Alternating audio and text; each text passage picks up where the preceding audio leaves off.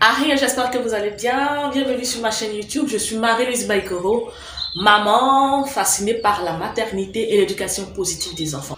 Aujourd'hui, je vais vous parler d'un sujet qui me touche particulièrement, pas parce que je l'ai déjà vécu personnellement, mais parce que je comprends celles qui y font face. Il s'agit du déni de grossesse. Dans nos sociétés africaines surtout, je sais que ça peut vraiment être difficile d'être une femme. Déjà, être mère célibataire, c'est pas facile, avec tous les jugements et tout ce qu'il y a autour. Imaginez ce que ça peut être de faire un déni de grossesse, c'est-à-dire d'apprendre au 6e mois de grossesse, ou bien même le jour de son accouchement, qu'on était enceinte. Déjà, c'est un gros traumatisme pour la mère, mais c'est sans compter sur les jugements de la société. Je me dis qu'en faisant cette vidéo-là, je vais informer les femmes qui font face à cette situation, à comprendre ce qui leur arrive et à guérir plus rapidement. Si le sujet vous intéresse, je vous conseille donc de regarder la vidéo jusqu'à la fin. Mais surtout, n'oubliez pas d'aimer la vidéo pour qu'elle ait plus de visibilité. Donc, aimez-la en cliquant juste sur le pouce en bas de votre écran. Et n'oubliez pas de vous abonner. On se retrouve après le générique.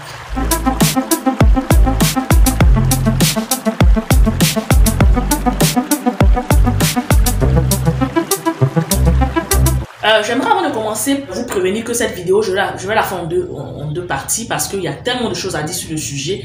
Je ne peux pas la faire en une seule partie. Donc dans cette première partie, je vais vous parler de ce que c'est qu'un déni de grossesse. Ensuite, je vais vous parler un peu des causes et des facteurs aggravants qui peuvent emmener à ce qu'on soit confronté à ce problème. Donc le déni de grossesse désigne le fait d'être enceinte sans en avoir conscience. Le corps ne présente aucun des symptômes typiques de la grossesse, tels que les nausées, les vomissements, la fatigue ou la prise de poids. Les mouvements fœtaux, donc les mouvements du fœtus dans le ventre, ne sont pas ressentis ou sont confondus avec des troubles digestifs. Pire, certaines femmes enceintes peuvent même continuer à avoir leurs règles ou leurs menstrues, si vous voulez, de manière tout à fait régulière, comme si de rien n'était. Donc ainsi, la future maman ignore totalement sa grossesse et son entourage ne se doute pas non plus qu'elle est enceinte. Si cette situation reste rare, elle est toutefois plus fréquente qu'il n'y paraît. Dans la pratique, on distingue deux types de déni de grossesse. Le déni de grossesse partiel et le déni de grossesse total. Dans le déni de grossesse partielle, la grossesse est découverte donc entre le 3e mois et le 9e mois de grossesse. Donc la femme a des douleurs abdominales inhabituelles.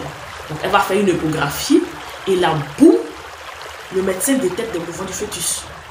Et lorsque la femme se rend compte, qu'on lui dit, ou qu'elle prend conscience qu'elle est enceinte, il paraît que le corps peut se transformer en un temps record. Donc imaginez une femme qui a 6 mois de grossesse, qui n'a rien, qui n'a aucun signe de grossesse sur elle.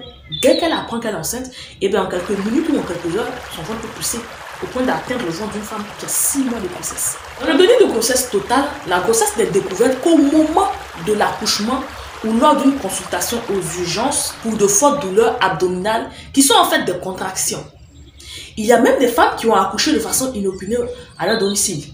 Prenez une seconde et puis on imagine ensemble.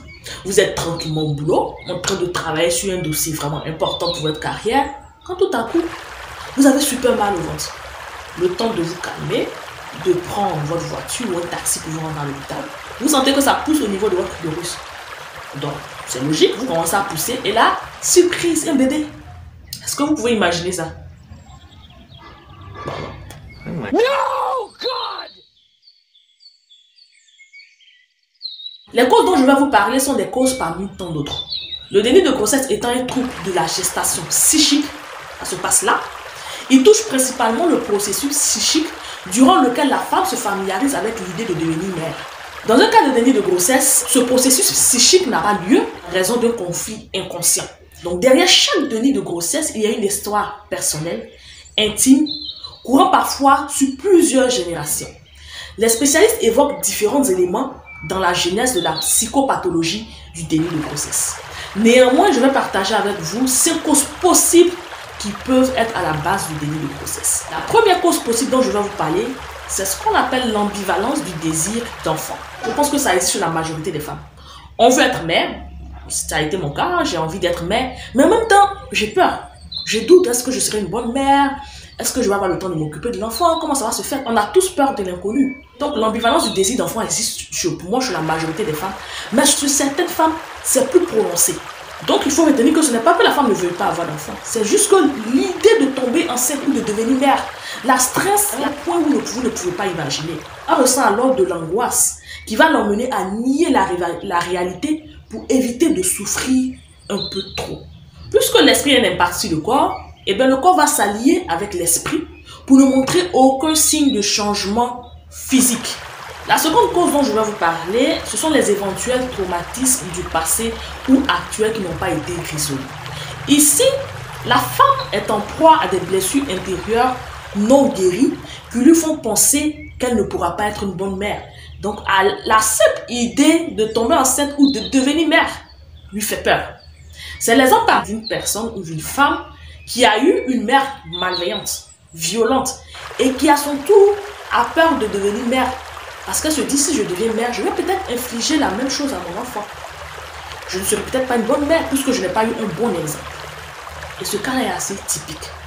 La cause suivante dont je vais vous parler, c'est ce qu'on appelle le rapport au corps. Vous savez, être enceinte induit un changement du corps qui peut totalement altérer l'image supportable ou parfaite que la femme se fait de son corps. Je vais expliquer un peu plus facile pour que vous puissiez mieux comprendre. Une femme qui n'a pas envie de voir son corps subir des changements, par exemple, peut rejeter l'idée même de devenir mère. Et cela peut avoir forcément pour fondement un traumatisme. Imaginez une personne qui, lorsqu'elle était jeune, se faisait moquer, se faisait injurier, voilà, à cause de son poids. Voilà, elle avait de l'embonpoint.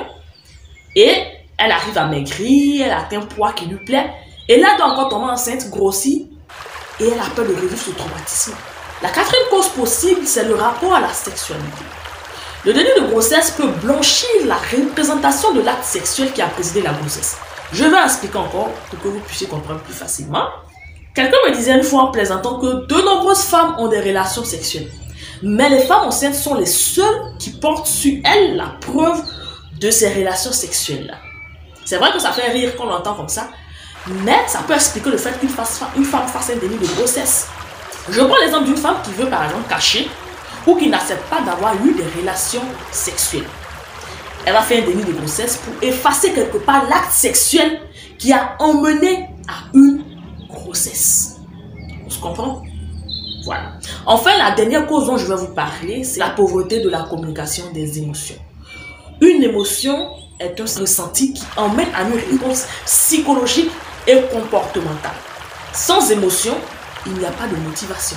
Or, pour être en symbiose avec l'idée de devenir mère, il faut une certaine motivation.